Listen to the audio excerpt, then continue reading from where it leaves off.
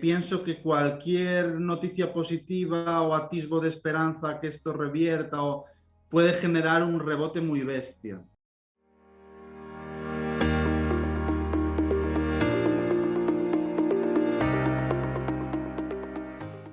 Con Carlos Santiso, que es gestor de fondos de Antbank. ¿Qué tal, Carlos? ¿Cómo estás? Hola Héctor, muy bien, gracias por traerme por aquí. Un placer contar contigo, con un gestor de fondos español, con recorrido y además que tuvimos suerte de compartir hace poco un debate que creo que fue muy interesante. Me gustó mucho lo que comentaste por ahí y dije, pues te tengo que traer a mi canal, a estas charlas distendidas que tenemos los miércoles, que seguro que sacamos muchas cosas en claro y espero que, bueno, que a la gente también le guste. Oye, por poner un poco en contexto, Carlos, lo que estaba diciendo y empezando por los datos de hoy. Hemos conocido inflación del Reino Unido peor de lo esperado. Bueno, peor de lo esperado no, perdón, porque se esperaba 10% y ha sido 9,9% la inflación de Reino Unido, si mal no recuerdo, lo he compartido esta mañana. Pero va esa tónica, ¿no?, de inflación creciente en Reino Unido. ING esta mañana hablaba de posibilidad de que el año que viene llegue hasta el 13%. Veremos a ver con los planes energéticos que tiene el gobierno de Reino Unido, porque el gobierno de Reino Unido también ha ido adelante y hacia atrás y hacia adelante, ¿no?, por estos problemas políticos que tiene. Pero antes de centrarnos en la eurozona, quería preguntarte por la situación de Reino Unido, cómo lo estás viendo. Difícil, ¿no?, toda esta situación.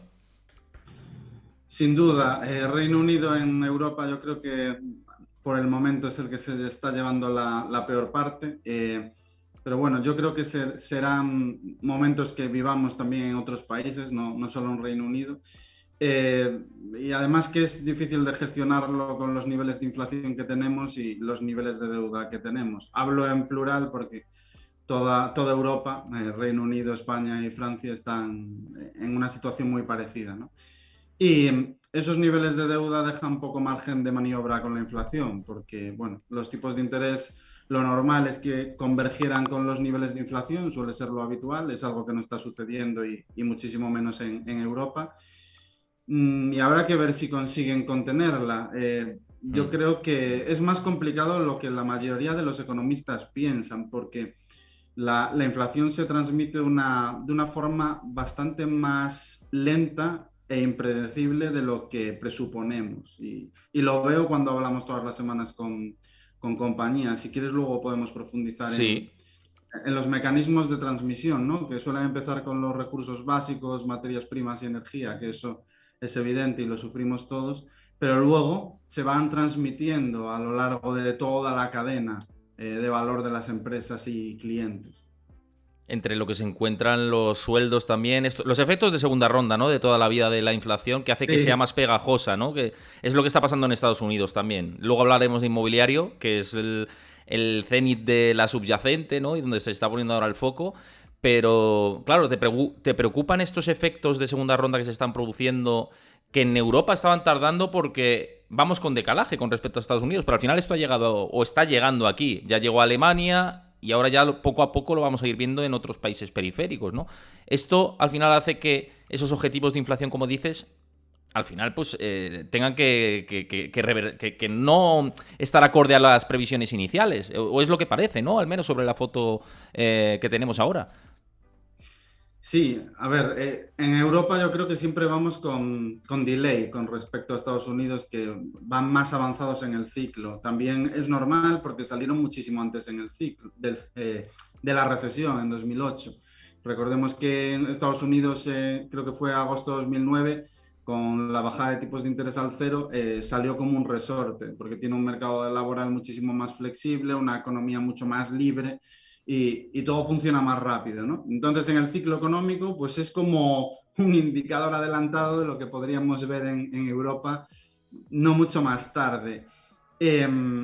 Y sí, los efectos de la inflación de segunda ronda, como comentas, segundo e incluso a tercera, porque, por Hmm. ponerte un ejemplo, hoy me reunía con el presidente de una compañía que tenemos en cartera, con Jerome de TFF, que es el Ujú. líder de barricas de vino a nivel mundial y también está en el segmento del whisky y del bourbon. Y bueno, pues ellos se dedican al negocio de las barricas, ¿no? Es el player más importante del mundo. y les decía que si estaban, en 2021 hablé con ellos y me decían que no habían podido pasar los costes de la inflación, sobre todo de la madera, que ellos dependen de la madera que suministran los estados, que es quien tiene el monopolio de la oferta de madera. No habían podido transmitir el incremento de costes a los clientes, pero que a partir de este año ya sí. Que este año, por ejemplo, habían subido los contratos de vino un 15%, los de whisky un 10%, para todo el tema de barricas. Vale, pues esto llega a los Pernod Ricard de turno o al que corresponda y es algo que también tiene que traspasar al cliente. Pero al mismo tiempo, la semana pasada hablaba con Vidrala y con Veralia, que es un oligopolio de la industria del vidrio, y uno de los clientes de Veralia me decía que les habían subido el precio del vidrio en octubre un 45%. Uf. A los productores de vino, ¿sabes? Claro. A los que realmente suministra Veralia. Bueno, pues tienes las barricas de un 15, el vidrio en 45. Evidentemente, esos incrementos de costes de primera línea de producción en el segmento del vino y las bebidas espirituosas aún no ha llegado al consumidor. Porque estamos aún en los niveles de la cadena de valor previa a que llega al consumidor, pero va a llegar al consumidor. Y este es un ejemplo en el segmento que estamos comentando, pero puedes trasladarlo a cualquier otro. Entonces, Es decir, yo creo que... Carlos, que todas, perdón que te corte, pero todas las empresas con las que os reunís, de compañías que tenéis en cartera o que queréis incorporar a cartera, están en esa misma línea de que los costes de producción empiezan a trasladarlos, empiezan a incrementarse, pero que todavía no llega al usuario. Es como si vemos el tsunami de fondo, pero todavía no nos ha llegado aquí. ¿Es un poco ese el esquema que tenemos, que estáis viendo? No en todas las industrias, pero sí en muchas. Hay algunas que ya tienen mecanismos automáticos de imputar los costes inflacionarios. Pues, por ejemplo, tenemos una compañía que se dedica al cuidado y mantenimiento de zonas verdes, de jardines y carreteras y demás en los países nórdicos. Ahí los contratos que son concesiones ya llevan a una actualización de la inflación de forma automática. Entonces, esos incrementos ya han llegado a quien tiene que llegar, que en este caso es el Estado. Y en otro tipo de compañías también es un mecanismo más instantáneo. Pero en la mayoría no, en la mayoría no han llegado. Pues, por ejemplo, en el sector de la consultoría de alto valor añadido, como puede ser la ingeniería, imagínate, Lufthansa quiere digitalizar su proceso de venta de billetes, como hizo en su día, ¿no? Y se lo hace pues una empresa como puede ser Nagarro. Pues ahí los mecanismos de imputar la inflación salarial, que es la que están sufriendo en el negocio de la consultoría, porque digamos que la mayor parte de su coste es mano de obra, son informáticos, digamos, también va a tardar en trasladarse. Y solo hay que ver que los márgenes de Nagarro, pues hace un año eran X y ahora es X menos Y. Y eso va a llegar a trasladarse porque, bueno, pues tienen poder de negociación y aunque hay mucha competencia en precios, no se van a mantener los márgenes actuales. O sea que sí, que creo que en muchas industrias falta por ver lo que más nos va a afectar, que es cómo nos suben los servicios y productos que nosotros adquirimos. Mira, Pabloros88, que es seguidor habitual del canal, nos traslada aquí una pregunta que muchas gracias por comentar. Por cierto, invito a que comentéis lo que os está pareciendo la charla. Si queréis alguna pregunta que abordemos, algún tema de debate, por supuesto, siempre este vínculo entre vosotros y nosotros nos ayuda, ¿no? Para mantener el hilo de lo que os interesa y lo que no. Así que espero que lo comentéis por aquí. Y como decía, nos comenta Pablo, dice, los aumentos de costes ya los nota el consumidor. ¿Quiere decir que van a aumentarlos más todavía? Lo difícil de este tsunami de inflación es que es difícil saber con qué protegerse de este tsunami. Por lo que dices es esa segunda pata, ¿no? De aumento de costes. Ahora lo notamos, claro, pero lo podemos notar aún más. Claro, ¿en qué lo estamos notando más? En la energía, en todo lo asociado pues, a la factura de la luz, a la factura del agua, el gas, la gasolina, en lo que está más asociado a los materiales básicos, que ahí pues, el mecanismo es automático. Cuando llega la inflación, pues nos lo repercuten directamente, porque es ya primera línea, ¿no? Entre consumidor y materia prima. Pero lo que falta, pues es lo que os digo, cuando nos vayamos a tomar una cerveza dentro de un año, la cerveza va a ser sustancialmente más cara de lo que era antes, pues porque está viendo subidas del precio del vidrio de forma considerable. Os decía que en el sector del vino un 40%, en el sector de la cerveza igual no es un 40%, pero hablamos de un 20%. Y no solo se sube el vidrio, sino que se suben la mayoría de los componentes que forman parte del producto. Y al final, pues el AB InBev de turno, que son los que nos venden Budweiser o, como os Que es un decía, gigante. Pernod Ricard o Eso es. Diageo, cualquiera de las bebidas espirituosas sospechosas habituales, o Absolut Vodka y todas estas que la mayoría conocemos, van a tener un incremento de costes porque ellos lo están empezando a sufrir ahora, ese ajuste de precios para que los que producen el vidrio, para los que producen las barricas, para los que están antes, no vean sus márgenes muy deteriorados. Entonces, sí, es una repercusión que se pasa al que tiene el nexo con el cliente final y que aún no ha llegado, que está por llegar. Y en la industria de la alimentación, que es lo que más notamos, también faltan ajustes por realizar. Claro, por ejemplo, en este sector que dices, ¿de qué estaríamos hablando? ¿Cómo nos podría repercutir a nivel porcentual de cuánto podría incrementarse, por ejemplo, una botella de vino o una botella de cerveza, más o menos? No será un 40% del precio de lo que incrementa el vidrio, no vamos a llegar a esto, ¿no? Pero sí que, por lo que dices, se va a aumentar considerablemente. Doble dígito, más que probable. Más de un 10%, claro. Esto, pues oye, que sepáis que si quieres, además las bebidas espirituosas, pues si queréis salir de fiesta ya lo tenéis crudo, ya os lo digo. Va a ser más caro y además el problema no solo es de que todos los costes se están incrementando antes de llegar al vendedor final y que hay que hacer el pase del incremento de precios al consumidor, porque estos son los efectos malos de la inflación. Hay gente que dice, bueno, pero ¿qué pasa? Podemos vivir en un entorno de mayor inflación porque así la deuda pues es más asumible y demás. Claro, pero es que la inflación tiene unos efectos tan perjudiciales para el ciudadano que es el motivo principal por el cual se intenta evitar y se intenta tener unos niveles sostenibles de inflación, porque precisamente sucede esto, que es la pescadilla que se muerde la cola todo el rato. Como el coste de la vida va a incrementar sustancialmente, vamos a pedir salarios más elevados que nos permitan mantener el mismo ritmo de consumo, y como la oferta también hay una alta escasez en la mayoría de productos, pues que llevas a un momento donde el nivel de inflación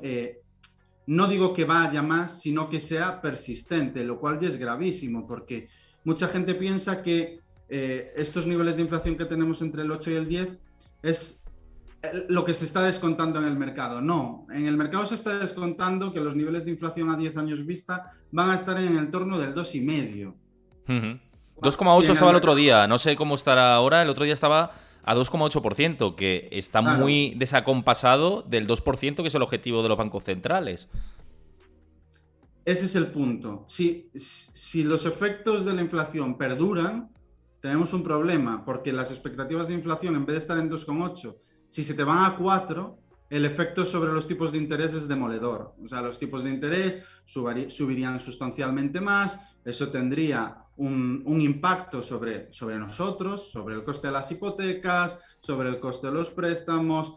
En definitiva, todo se ralentizaría porque las condiciones financieras se endurecerían sustancialmente. Y eso acaba impactando a todo. Al final, gran parte de la economía del día a día es crédito. El capitalismo no se entiende sin crédito. Por eso cuando se endurecen las condiciones financieras, pues la economía sufre. Desde luego. Mira, antes de seguir, me acaba de saltar un mensaje por aquí por el chat en el OBS, que es el software que utilizo para streamear, y pone: es un buen momento para recordar a los espectadores que te sigan si no siguen en tu canal.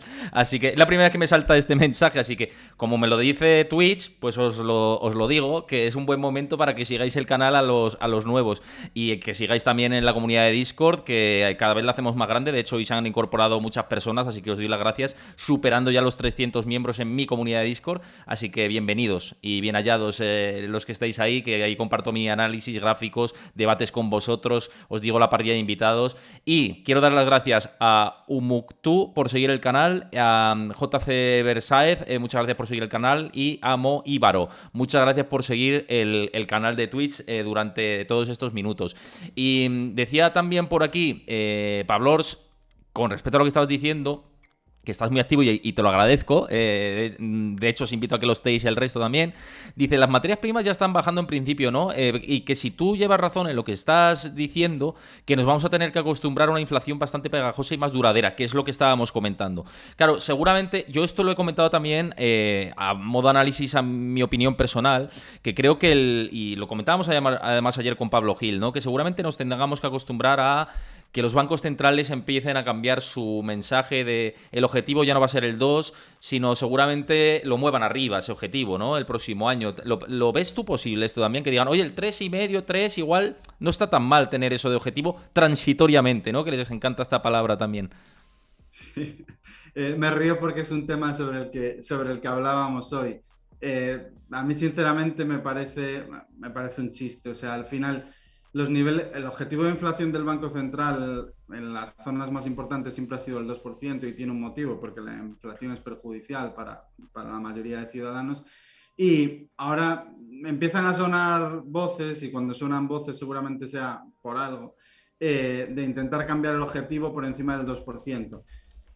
Saben que con toda la irracionalidad que ha habido en los últimos 14 años, digamos, va a ser muy difícil sostener una inflación por el 2. Entonces, para no perder credibilidad, porque es la principal arma de un banco central, la credibilidad, no hay más, porque tampoco hay otro respaldo detrás de un banco central que la confianza, pues intentan subir los niveles, ¿no? Para que siga pareciendo que son mecanismos de ajuste efectivos. A mí, sinceramente, el hecho de que esto empiece a sonar ya es una pérdida de credibilidad. No puedes cambiarme las reglas del juego a mitad de partido.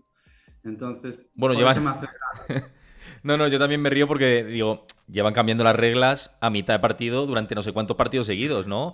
Primero vamos a permitir que la inflación se dispare, luego será transitoria la inflación, luego, bueno, es demasiado alta, ahora hay que subir tipos de la manera más acelerada de la historia.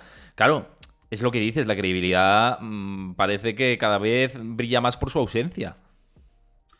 Y es lo más peligroso eso. Eso sí que es un tema muy serio, porque si un banco central pierde su credibilidad, la moneda se devalúa no a los niveles que estamos viendo, ¿no? Eso sería ridículo comparado con la depreciación que puedes vivir cuando un banco central pierde su credibilidad. Y es una línea muy delgada el perderlo o no, porque como digo, o sea, no hay nada que respalde el valor del dinero más allá de la confianza que hay en los estados y en el Banco Central, ¿no? En mantener la estabilidad.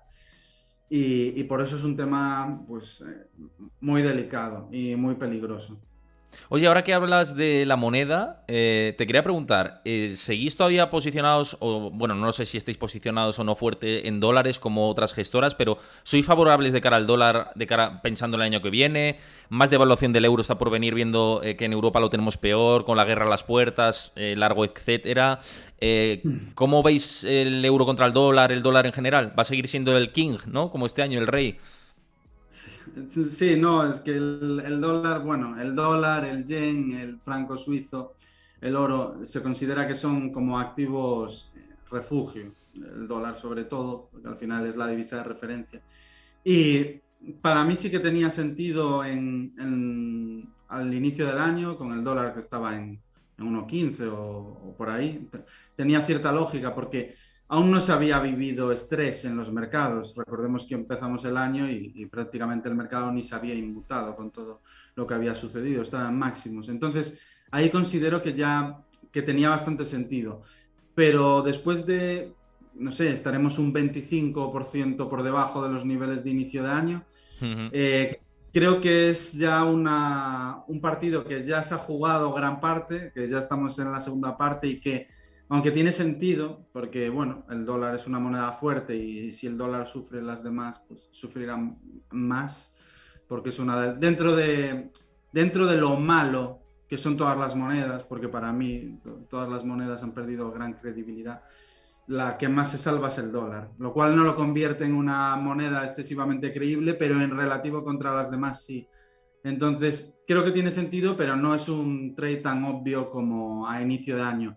Nosotros no lo jugamos y de hecho en el fondo que tenemos de renta variable, desgraciadamente solo teníamos un 20% de exposición a Estados Unidos, o sea que prácticamente no nos ha ayudado a maquillar los ciudadanos por ser, los resultados por ser ciudadanos europeos, porque los americanos pues llevan su menos 25. Los europeos que invierten en el SP500 pues llevarán su menos 12 gracias al efecto de la moneda. Y con este clima, subida de tipos de interés que va a seguir adelante, y de hecho lo comentaba yo hoy en mis redes sociales, digo, se está moviendo por parte de los futuros de los fondos federales, que es al final lo que descuenta el mercado, cada vez más hacia la derecha en el calendario, cuándo va a ser la tasa terminal de tipos, ¿no? Hasta cuál va a ser el techo, ¿no?, de la subida de tipos de interés. Cada vez se va desplazando más. Ahora se habla de mayo, ¿no?, de que pueden llegar en Estados Unidos al 5%. Y quizá más adelante, ¿no? Veremos a ver. Yo el otro día también dije en el debate este que compartimos que para mí lo va a marcar la crisis en Estados Unidos.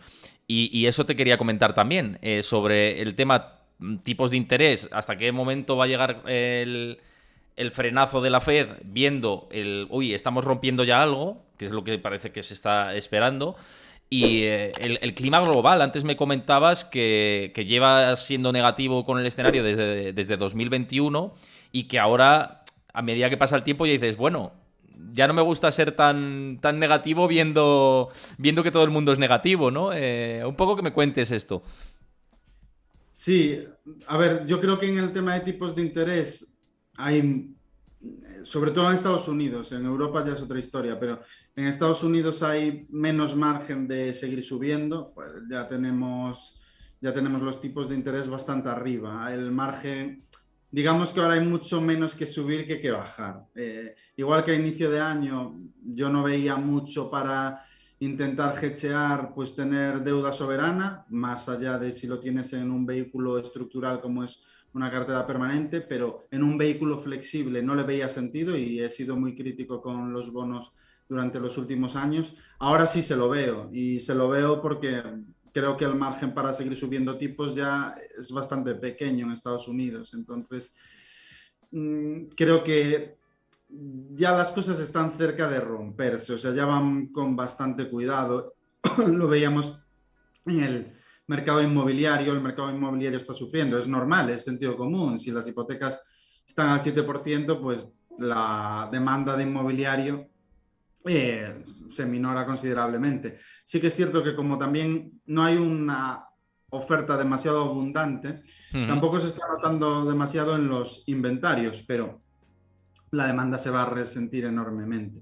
Y lo que te decía es una tontería, pero bueno, es una tontería que al final pesa en mi forma de pensar.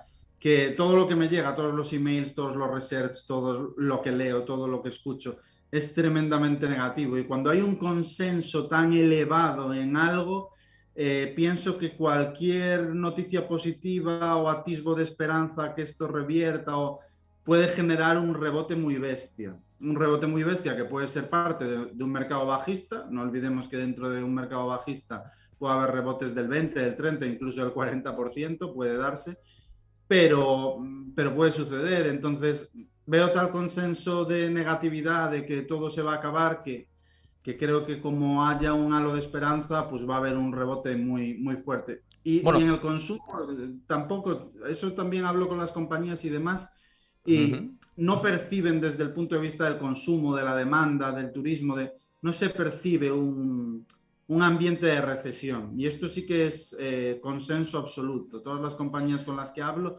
me dicen, no, a nosotros nos está yendo muy bien. Y lo ves también en las ventas. Tampoco ves una contracción de la demanda de determinados productos. Entonces tengo ahí Un mix, ¿no? Me pasa a mí también, ¿eh? Sí, Porque es verdad lo que dices y los datos de ventas, y estamos viendo unos resultados muy buenos, sobre todo en las compañías grandes. En las pequeñas sí que se empieza a ver en algunas small caps ya esa debilidad, y lo compartía yo hoy también con un informe de research de Morgan Stanley, que me parece que es bastante esclarecedor con respecto a esto.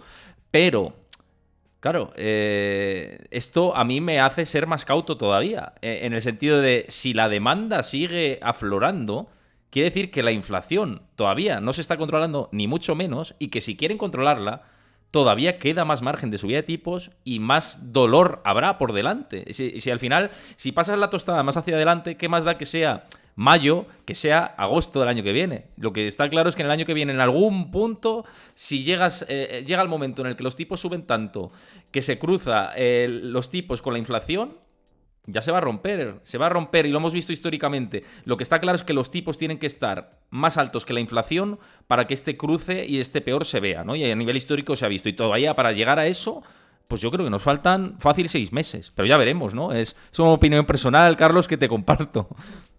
Sí, sí, no, y sales a la calle y lo ves en la ciudad. Yo estoy mucho por Madrid, pues por aquí por Galicia y viajo bastante y lo ves estés donde estés, que no hay un ambiente de recesión. Los restaurantes están llenos, los hoteles, los precios se han disparado, pero una absoluta barbaridad. O sea, yo en Madrid siempre solía ir al mismo hotel y he tenido una subida de precio desde hace 6 meses ahora del 40-50%. Es una Los barbaridad. demás, los demás también están carísimos. Entonces, no sé muy bien si estamos en el último baile y la gente hasta que vea realmente los problemas delante no va a parar de consumir o que la realidad pues no es tan mala como nos la pintan los datos.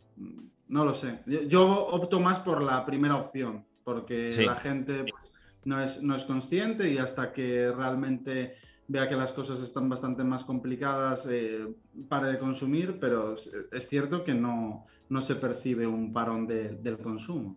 No, de momento no. Y además aquí vamos con más decalaje que en Estados Unidos. Y fíjate que yo estuve en agosto, lo he dicho a mis seguidores múltiples veces, ¿no? Estuve en agosto en Estados Unidos durante 20 días y ahí sí que veías un dinamismo del mercado laboral, mucha fortaleza, un consumo que en algunos puntos desaceleraba. Por ejemplo, estuve en los parques temáticos de Orlando y tal, y no estaban ni mucho menos a plena capacidad, algunos al 40%. Y decía, bueno, pues esto, cuidado, hay que tenerlo en cuenta, ¿no? Dentro de lo que puede pasar. Pero aún así, claro, venimos de una época post-COVID, no sabes medir los datos del todo bien.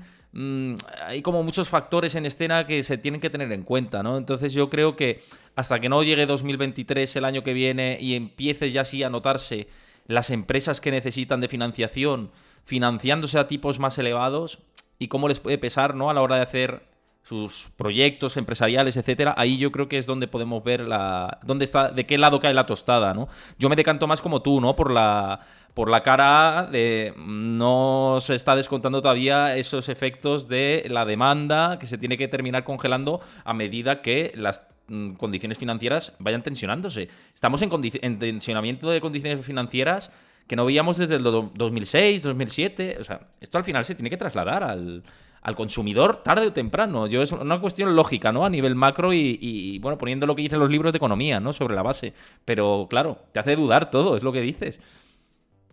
Sí, y no olvidemos también que uno de los actores más importantes en la economía mundial, que es China, pues es evidente que está en una situación bastante, ahí sí que se nota sin ningún tipo de duda que la situación allí es muy complicada y pues, es uno de los principales importadores o fuente de trabajo a nivel mundial, que bueno, se está tendiendo a una deslocalización también, fruto de todo lo que ha sucedido y demás, que eso también puede tener su cierto impacto en la economía, pero vamos, que China lo está pasando mal es algo que yo creo que que el mundo tiene claro y eso también tiene sus repercusiones.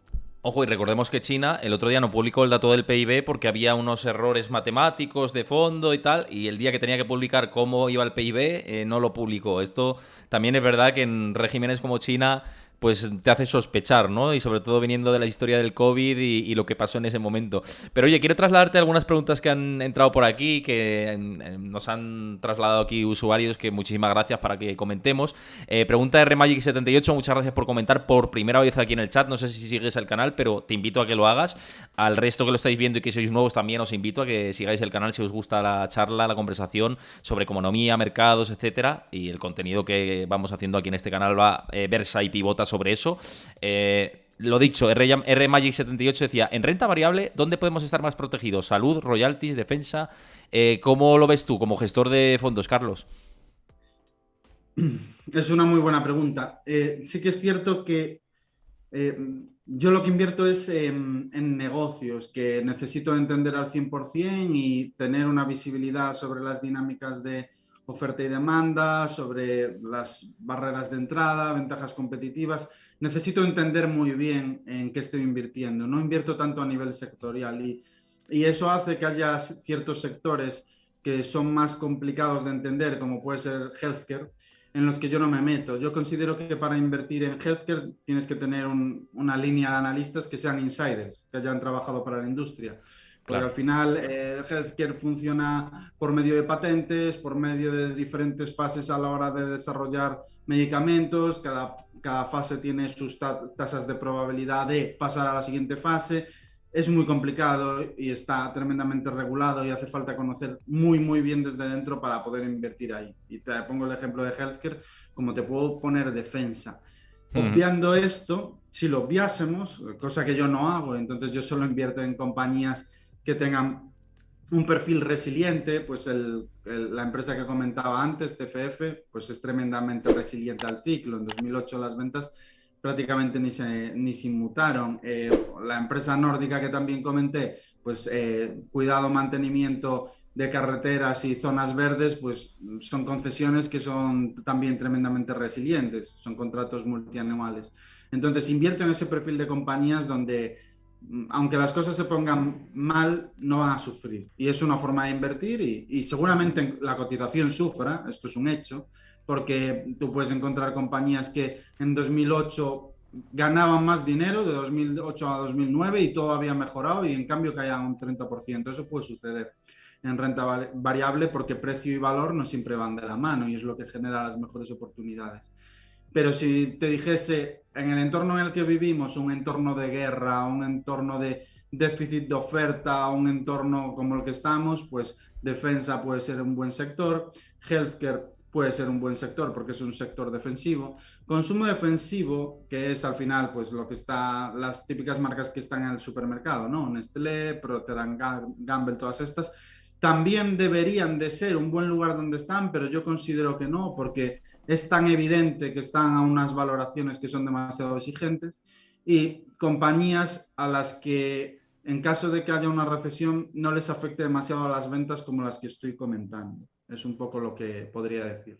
Y muy interesante además, para que lo tengáis en cuenta, yo creo que la visión de Carlos en esto resulta de bastante interés. Mira, Ancare11 dice, pre-COVID, el bono a 10 años de Estados Unidos estaba en torno al 2%.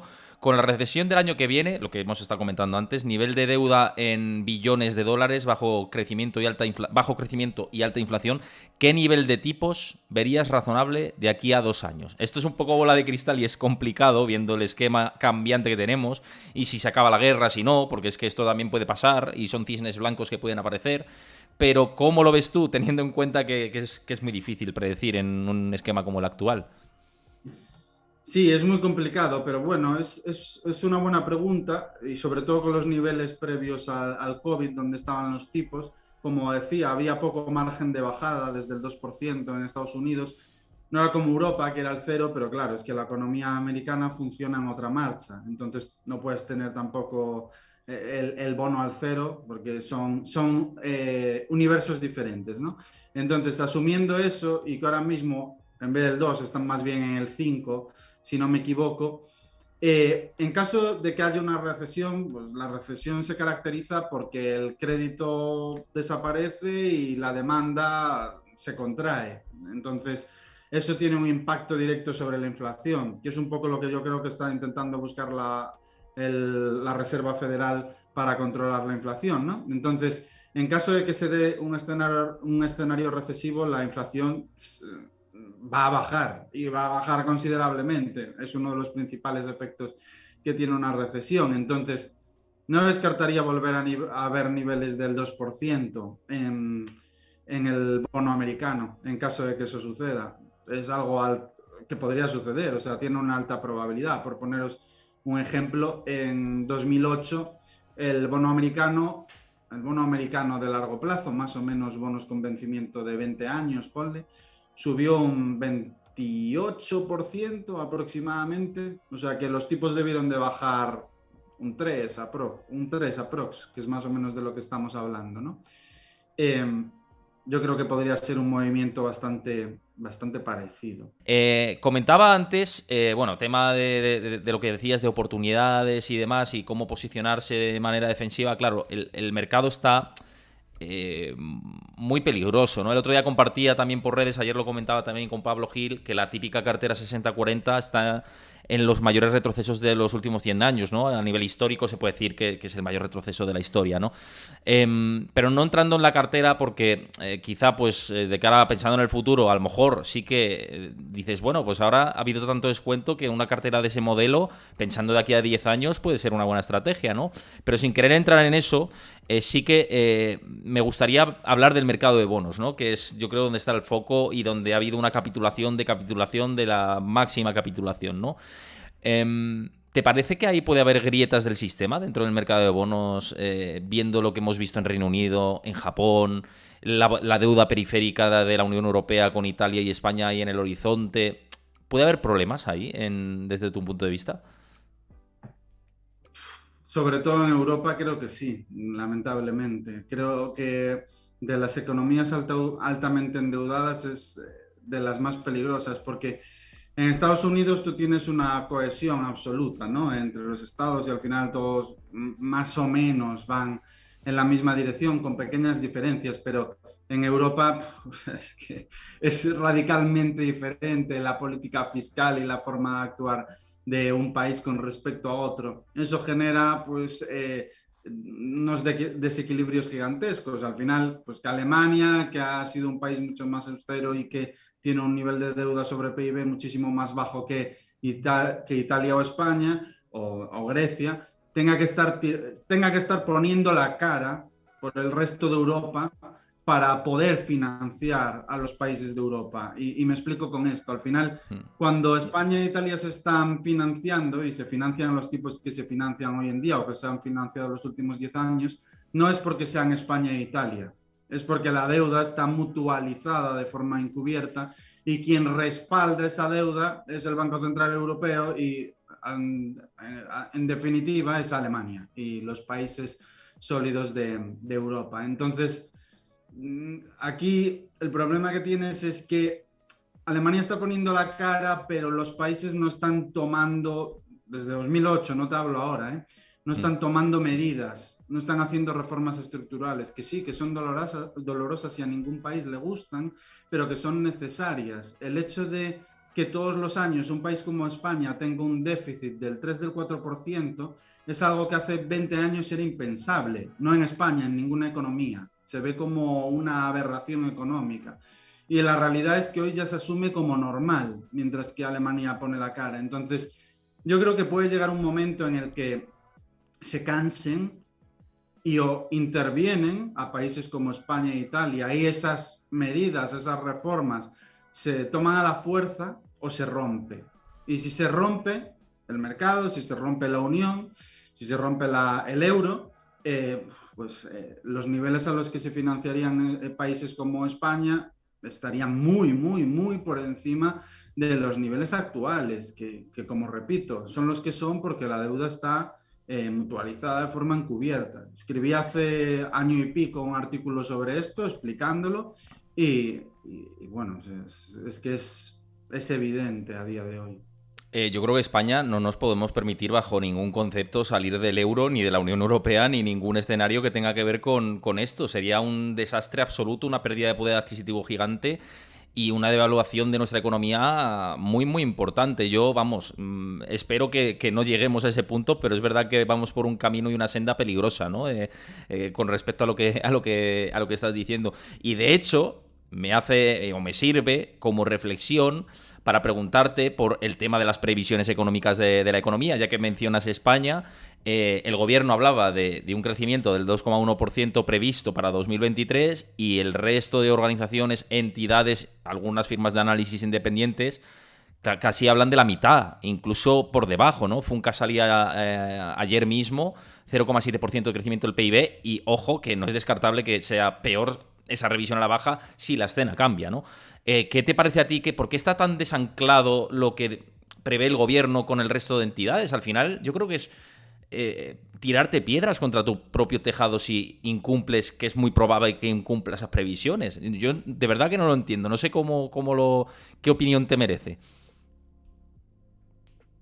La verdad que, si te soy sincero, no suelo mirar previsiones, ni en compañías ni en economía, porque pues, cuando las cosas van bien, pues sí, se cumplen más o menos, hay poco margen de error, pero cuando las cosas empiezan a empeorar, pues ya empiezan a incumplirse de forma reiterada. Es como los típicos precios objetivo de los bancos de inversión, pues sí, que cuando todo sube te van poniendo un precio tal, tal, tal, y de repente, pues imagínate, Alphabet tiene un precio objetivo de 150, ¿no? Y de repente las cosas empiezan a empeorar, pasa un mes y te dicen, cambia el precio objetivo de 150 a 100.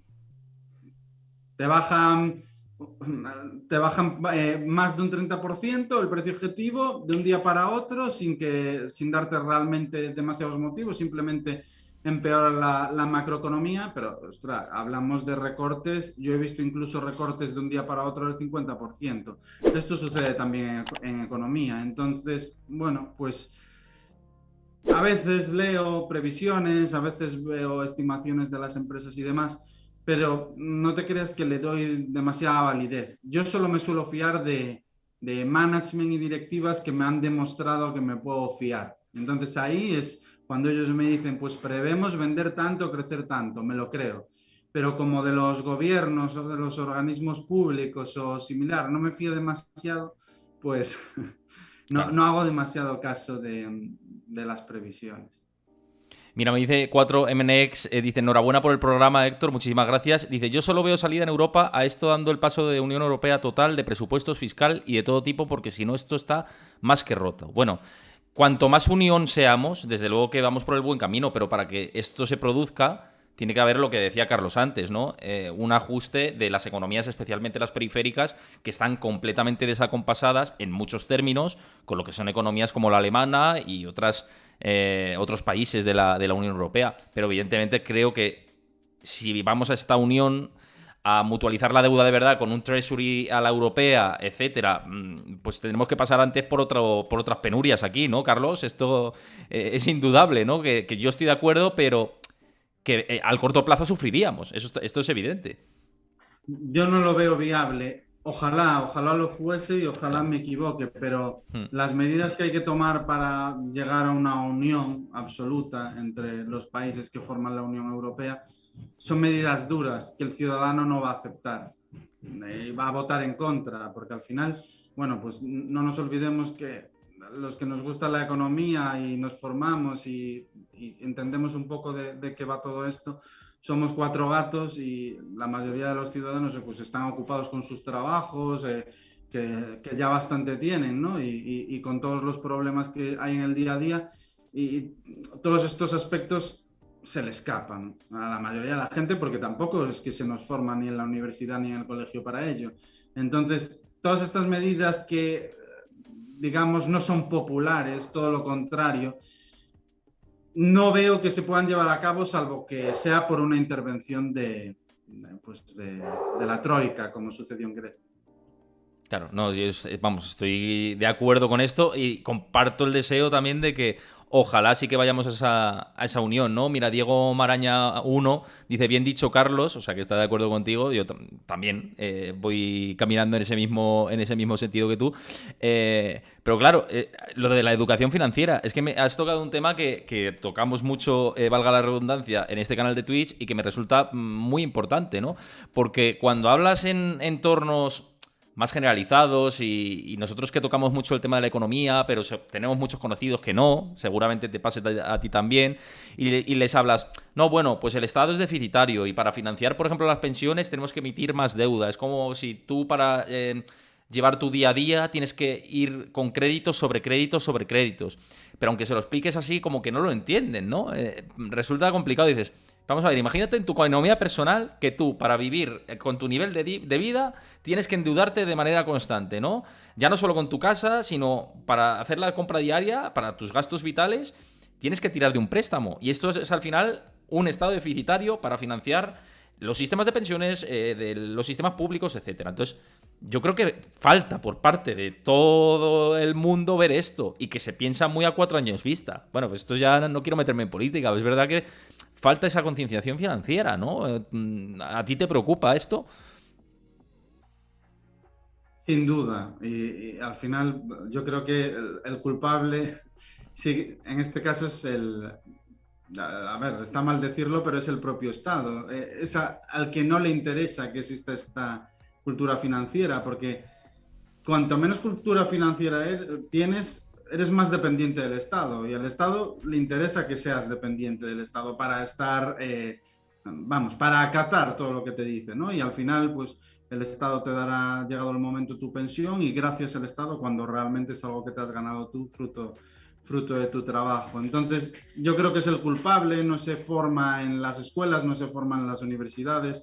Yo cuando finalicé la carrera de administración y dirección de empresas no tenía ni idea de economía, o sea, lo he aprendido en másteres y lo he aprendido de forma autodidacta y fruto de la experiencia. No hay un interés y claro, pues esa falta de cultura financiera nos hace como país tremendamente vulnerables y mismo mis propios padres, pues a pesar de que yo me dedico a esto, pues, tienen los conocimientos básicos sobre economía. La clave es, ¿te hacen caso con los temas del ahorro y la inversión? Que esto es fundamental, ¿eh? A mí a veces no me hacen ni caso. O sea, que con eso te digo todo. Sí, porque lo tienen todo legado en mí. O sea, al final el Bueno, tema del entonces bien. patrimonio. Mi padre se dedica a inmobiliario, pero lo que no está en inmobiliario y está en financiero lo gestiono todo yo. Entonces, no me hacen caso cuando les explico, no, pero sí que me hacen caso porque delegan su patrimonio. Toda la familia lo hace ya desde hace años. Entonces, por ese lado, al menos, pues Están salvados, están bien dentro de lo que cabe. Oye, Carlos, ya que mencionas tema inmobiliario, que se dedica al tema inmobiliario tu padre, nos ha faltado tocar más en profundidad uno de los temas que además comentaba yo por redes sociales, que es cómo ha desacelerado, ¿no?, el mercado inmobiliario en Estados Unidos. Lo hemos comentado antes algo, pero por profundizar un poco, cuando el inmobiliario se pone enfermo, ¿crees que se puede trasladar en Estados Unidos, hablo, a otros mercados, como en Europa, como sucedió, por ejemplo, en 2008? ¿O estamos ahora mismo en una situación diferente? En España no hemos inflado tanto la burbuja como en aquellos años, o en otros países europeos, pero si de Estados Unidos se desinfla en el inmobiliario, ¿aquí también va a venir esa situación? mucha gente dice que el inmobiliario es el ciclo. No sé si es verdad o no, creo que es parte importante del ciclo. Eh, sí que creo que la situación es muy diferente a la de 2008. Pues, lo que se dice, la historia rima, pero no es exactamente igual. Por ejemplo, las empresas a día de hoy están mucho más saneadas y menos endeudadas que en 2008. En cambio, los estados están mucho más endeudados. Cambian muchos factores, ¿no? Pero sí que creo que bueno, en Estados Unidos ya lo estamos viendo, el inmobiliario está sufriendo y yo creo que seguirá haciéndolo. Y yo creo que aquí en Europa, y si hablamos del caso concreto de España, será así. El mercado inmobiliario español lo conozco más de cerca por mi padre, bueno, por mi familia, porque mi hermano también trabaja en inmobiliario. Y yo veo unos desajustes en precios en determinadas ciudades, pero que están muy fuera del salario que perciben las personas normales, muy, muy fuera. O sea, veo unos precios totalmente desorbitados que cuando se endurezcan las condiciones financieras, que en Europa aún no hemos llegado a ese punto, las hipotecas tampoco han subido demasiado, sí que se han encarecido, pero no ha sido algo como lo de Estados Unidos, que prácticamente ha sido parabólico. Cuando se empiecen a endurecer, yo creo que sí que va a sufrir, porque los precios que hay en inmobiliario a día de hoy, ¿qué porcentaje de la población se los puede permitir sin financiar con una hipoteca? O sea, hablamos del, no sé, 5%, no lo sé. No, no, Pero imposible.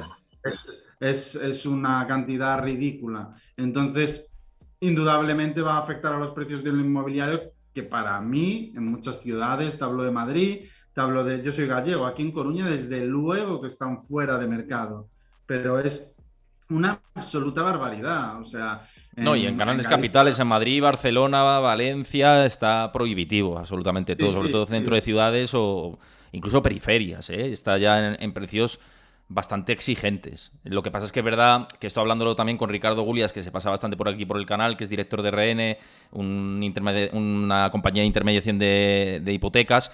Él siempre comenta, dice, la diferencia con 2008 es que te ibas a un pueblo perdido de Madrid o de Toledo y los precios eran increíbles, ¿no? Y a ese punto no hemos llegado, pero que no lleguemos a ese punto no quiere decir que no estemos inflados. Es que en 2008 estamos hiper, mega, ultra inflados y ahora estamos inflados, ¿no? Y eso tiene que corregir.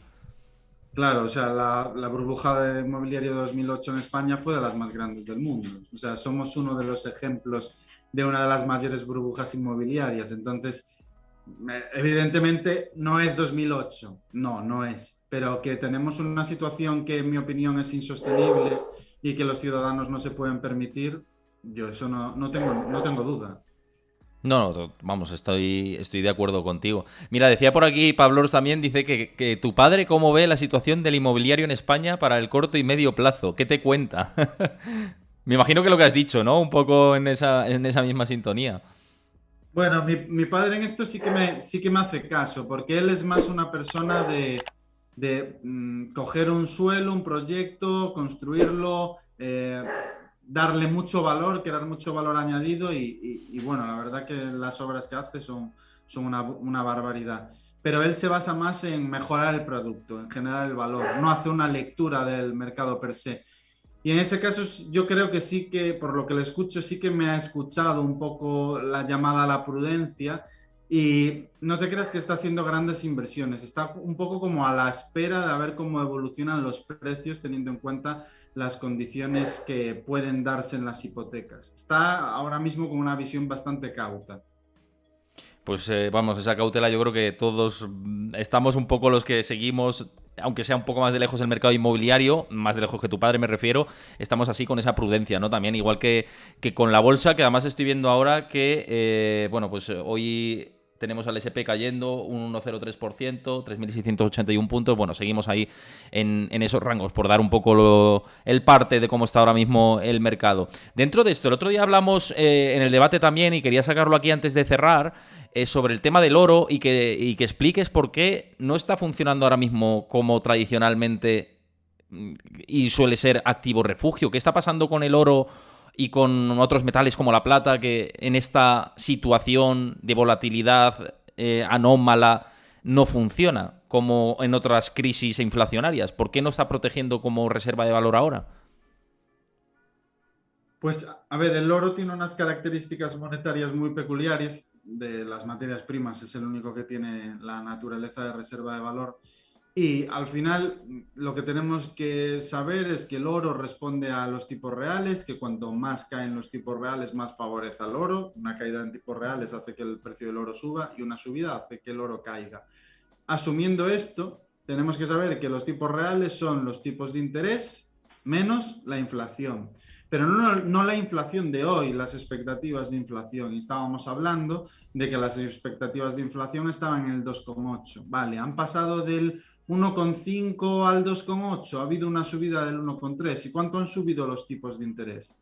Han subido sustancialmente más. Entonces, como la resta es tipos de interés menos inflación y han subido mucho más los tipos de interés que la inflación, los tipos reales han pasado de negativos a positivos, han subido, lo cual perjudica enormemente al oro. Este es el punto clave. Para que el oro lo hiciese bien, tendría que ser una inflación que se perciba como persistente y que en vez de estar cotizando el mercado un 2,8 de nivel de consenso de inflación, te estuviese cotizando un 5,6. Ahí sí que el oro volaría. Y es un poco lo que sucedió en la década de los 70. Ahora mismo, para que el oro suba, pues o una inflación persistente muy por encima de los niveles de los tipos de interés, eso te protegería. Un cisne negro también te protegería porque es una de las naturalezas del oro. O una caída de los tipos de interés por recesión. Son los tres escenarios donde el oro lo haría bien. El escenario actual, donde los tipos de interés suben por encima de la inflación porque no se percibe que estemos en una recesión y se pueden permitir los bancos centrales subir los tipos, eso perjudica. Mientras que sigamos en esa dinámica, el oro no es que no vaya a subir, es que va a seguir cayendo mientras que se mantenga. Y fíjate, te dicen por aquí si recomendarías posicionarte en oro y plata o todavía no, con esto que estás diciendo. Es que el oro y la plata no tienen nada que ver, ¿eh? Lo que acabo de explicar es solo para el oro. Claro, la plata Entonces, es como otro activo dentro que es un metal precioso, pero es otro activo diferente que hay que tener otras cosas en cuenta, como que es un material conductor, todo lo que hace para los vehículos eléctricos que están utilizando mucho la plata y semiconductores. Claro, es diferente, la plata es completamente diferente, ¿no? totalmente, la plata sigue las dinámicas de oferta y demanda, el oro no. El oro, de hecho lo hablábamos en la conferencia que hicimos, que nos Ujú. decía uno de los participantes que si aparecía una nueva mina y había más oferta que podía afectar al precio del oro. No realmente, el oro no se mueve demasiado por las dinámicas de oferta y demanda, se mueve muchísimo más por las dinámicas de los tipos de interés reales. Entonces, yo soy positivo, la verdad, con el oro, porque creo que ahora mismo la probabilidad de un escenario adverso para el oro es mucho menos probable que la probabilidad de un escenario favorable. Y me explico. ¿Qué vemos más posible? ¿Un escenario donde la inflación se mantenga en estos niveles y la economía no colapse? ¿O un escenario donde la economía entre en recesión y sea necesario bajar los tipos de interés para reactivarlo? Si veis más probable el segundo escenario, como es mi caso, el oro lo debería hacer muy bien. Si veis más probable el primer escenario, el oro debería hacerlo mal porque los tipos de interés seguirán subiendo. Y es un poco como lo veo. Creo que si asignamos probabilidades a diferentes escenarios, hay más que ganar a día de hoy con el oro que perder, pero es una opinión muy personal. No, y qué importante hablar de probabilidades, que yo siempre lo digo, en mis programas. Digo, aquí matemáticas no existen puras, sino escenarios más probables y menos probables. Y para configurar estrategias de inversión hay que tener en cuenta las probabilidades. Esto es como si quieres invertir o quieres... Claro, compararlo con las apuestas no me gusta, ¿no? Pero para trasladarlo un poco en llano a la gente que lo entienda, digo, bueno, pues es las probabilidades a lo mejor de que el Madrid gane la Liga o que la gane el Rayo Vallecano, ¿no? Pues va a tener más probabilidades que gane el Madrid o el Barça que el Rayo, ¿no? Por comparar un poco escasos más, o sea, escenarios más probables e improbables. Pues la economía también es un poco, va por ahí. Oye, Carlos, que un placer tenerte por aquí. Vamos a ir cerrando ya la charla de hoy, el programa de hoy, y que ha sido un placer. Yo creo que espero que a la gente les haya gustado bastante. Yo, para mí, la verdad que una masterclass siempre escucharte y compartir opiniones, charlar sobre cómo está la economía en los mercados, que creo que interesa bastante. Muchas gracias a ti, Héctor. Ha sido un placer. Ha estado divertido charlar contigo.